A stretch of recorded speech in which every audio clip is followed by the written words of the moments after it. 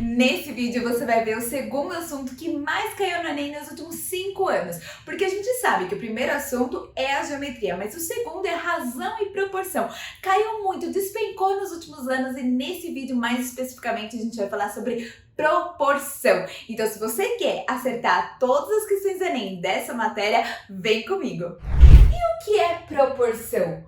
Proporção nada mais é que a igualdade entre duas razões, entre duas frações, entre duas coisas que estão dividindo. Então, por exemplo, se eu tenho A dividido por B é igual a C dividido por D, isso aqui é uma proporção. E a gente também pode igualá-las a K, que é a constante de proporcionalidade.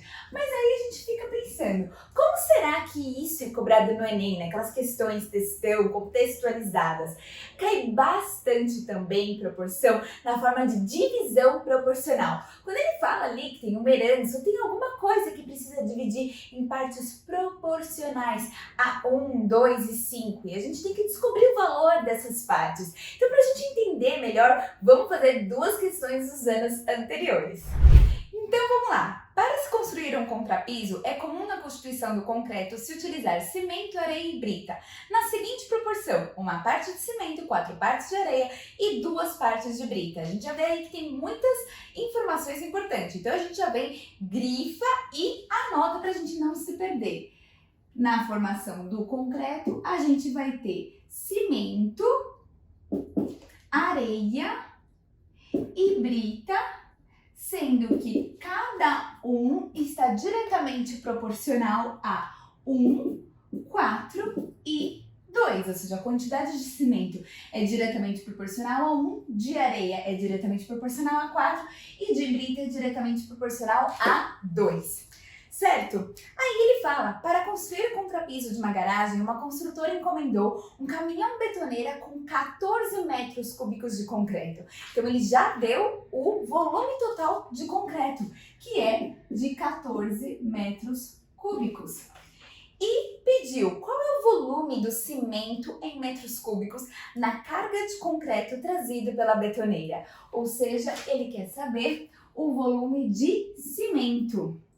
Então, ele quer saber uma parte, certo? Ele me deu o total, que é o concreto, e é formado por cimento, areia, brita. Já me disse a proporcionalidade, então a gente já tem essa divisão proporcional e a gente precisa descobrir uma parte, que é o volume do cimento. Então, é o típico exercício aí de divisão proporcional e vamos descobrir o volume do cimento. Eu sei que o volume do cimento utilizado para fazer o concreto é diretamente proporcional a 1.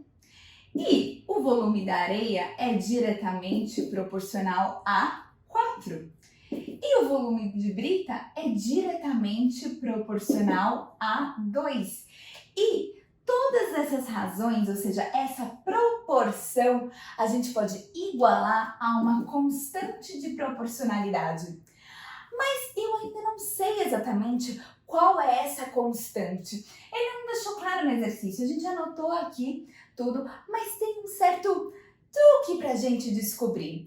A gente pode fazer o quê? A gente pode somar todas essas partes, tanto em cima quanto embaixo. E daí a gente vai fazer uma conta e vai descobrir quem é K. Como assim? Vamos lá! Então, a gente copia de novo. Cimento dividido por 1 é igual a areia, que é proporcional a 4, e brita, que é proporcional a 2. E eu sei que cimento mais areia mais brita, ou seja, C mais A mais B, só pra gente resumir um pouco aqui. E aqui embaixo eu sei que vai ficar 1 mais 4 mais 2, que vai dar 7. Bom, gente, cimento mais areia mais brita. O que é isso? É o concreto. E ele me deu o volume do concreto, que é 14. Então eu posso substituir isso aqui por... Opa! Tampei um pouco, mas a gente sabe que é cimento mais areia mais brita, que é igual a 14. Então, peraí, 14 dividido por 7, descobri a minha constante de proporcionalidade. Então, eu tenho que cimento dividido por 1, o volume de areia dividido por 4, o volume de brita dividido por 2 é igual a 2. E qual é o segredo dessa constante de proporcionalidade? Que cada razão pode ser igualada à constante de proporcionalidade. Cada uma, certo? Eu não vou fazer a conta de todas, porque o que eu quero é exatamente essa aqui. Então, vai ficar cimento dividido por 1, o volume de cimento dividido por 1 é igual a K, que é 2. Então, aqui passo 1. Bom, cimento dividido por 1, gente, nem dá para passar 1, né? A gente já sabe que qualquer coisa dividida por 1 é ela mesma. Então, o volume do cimento é 2 metros cúbicos e por isso a alternativa A. Certo, gente? Um exemplo bem simples. A gente vai fazer agora uma questão um pouquinho mais elaborada que caiu em 2020, mas a gente vai ver que a conta segue o mesmo raciocínio, que é a tal da divisão proporcional. Quando a gente tem o todo, tem ali a divisão em partes, quer saber uma parte e a gente tem a constante de proporcionalidade para nos ajudar. Então vamos lá para a próxima questão. Então vamos lá. Antônio, Joaquim e José são sócios de uma empresa cujo capital é dividido entre os três em partes proporcionais a 4, 6 e 6. Então já vamos anotar isso. Ele falou que tem um total, né, que é o capital. Ele não falou ainda o valor do capital, mas tudo bem, a gente vai anotando o que a gente tem, que é que este capital é dividido entre os sócios Antônio, Joaquim e José em partes proporcionais a 4, 6 e 6. Ou seja, Antônio tem 4 partes do capital, Joaquim 6 e José 6, porque ele falou que em partes proporcionais, diretamente proporcionais, porque quando é inversamente ele deixa bastante claro. E ele falou o quê? Que com a intenção de igualar a participação dos 3 sócios no capital da empresa, Antônio pretende adquirir uma fração do capital de cada um dos outros 2 sócios. A fração do capital de cada sócio que o Antônio deverá adquirir é... Aí você fala assim, nossa, Nath, tá um pouquinho diferente, porque a gente quer a fração do capital que Antônio vai adquirir dos outros 2 sócios. Mas não criemos pânico. A gente precisa entender primeiro o quê? Quanto cada um tem no capital, para depois entender, peraí, para igualar o que Antônio, quanto Antônio tem que pegar de cada um, certo? Então primeiro a gente tem que descobrir as partes. E a gente já sabe que a quantia que Antônio tem é proporcional a 4. E a quantia que Joaquim tem, e eu vou colocar aqui Jo, é proporcional a 6.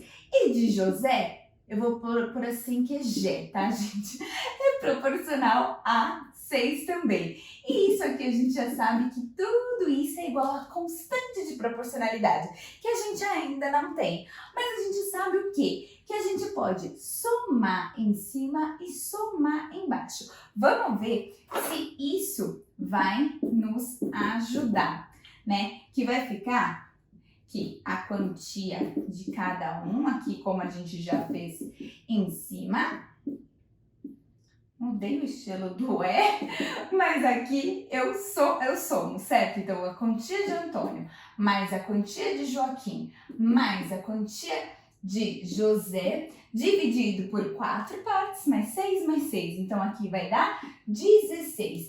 E tudo isso aqui, a quantia de cada um somada, é do capital inteiro. Você vai falar, mas Nath, ele não nos deu o capital inteiro. E nesse caso, gente, nesse tipo de exercício, a gente pode resolver sem o capital, mas quando a gente está falando de proporção e também de porcentagem, muitas vezes a gente pode supor alguns valores quando nos falta esse tipo de valor, que nos ajuda bastante na resolução do exercício. E é óbvio que a gente vai supor um valor que seja fácil para a gente resolver, né? Se eu sei que eu vou dividir por 16, eu posso pensar em algo como 1.600, que é divisível por 16, porque eu estou pensando em capital, então já pensei em uma coisa um pouquinho maior, né? Ou 3.200, que também é divisível por 16, 4.206 ou 4.800, enfim, vou supor o valor aqui, você supõe outro aí e vai dar certo, vocês vão ver que a gente vai chegar no mesmo lugar. Então, eu vou supor aqui 4.800, e daí aqui eu sei que vai dar exatamente 4.800, porque é todo o capital. 4.800 dividido por 16, né? 48 dividido por 16 dá 3. 4.800 dividido por 16 vai dar 300. Então, isso aqui é igual a 300. E a gente sabe que quando a gente descobre a constante de proporcionalidade, cada razão pode ser igualada a essa constante. E daí eu vou descobrir cada parte, certo? Então, a parte do Antônio vai ficar, a parte do Antônio é igual a 300. Então, passou 4 para o outro lado, passou multiplicando, eu sei que o Antônio tem 1.200. O Joaquim, certo? Se o Joaquim é dividível por 6, vai ficar igual a 300. Então, 6 tá dividindo, passa para lá multiplicando, 6 vezes 300, 1.800. Significa que o Joaquim e o José têm o mesmo 1.800, certo? Então, o Joaquim tem 1.800, porque o José ficaria igualzinho, né? Do José dividido por 6 também, então ele também tem 1.800. Gente, o Antônio, ele tá em desvantagem, ele tem um pouco menos. E talvez você já bate o olho e já percebe mais ou menos o quanto que ele vai ter que retirar de cada sócio. Mas se isso não ficou claro, não tem problema. A gente só tem certeza de uma coisa. Vamos lá. O quanto que o Antônio for tirar, ele até falou, a fração que ele vai tirar de cada sócio. A gente sabe que o valor é o mesmo, já que cada sócio tem o mesmo, e até porque a gente sabe que no final a gente quer ter partes iguais.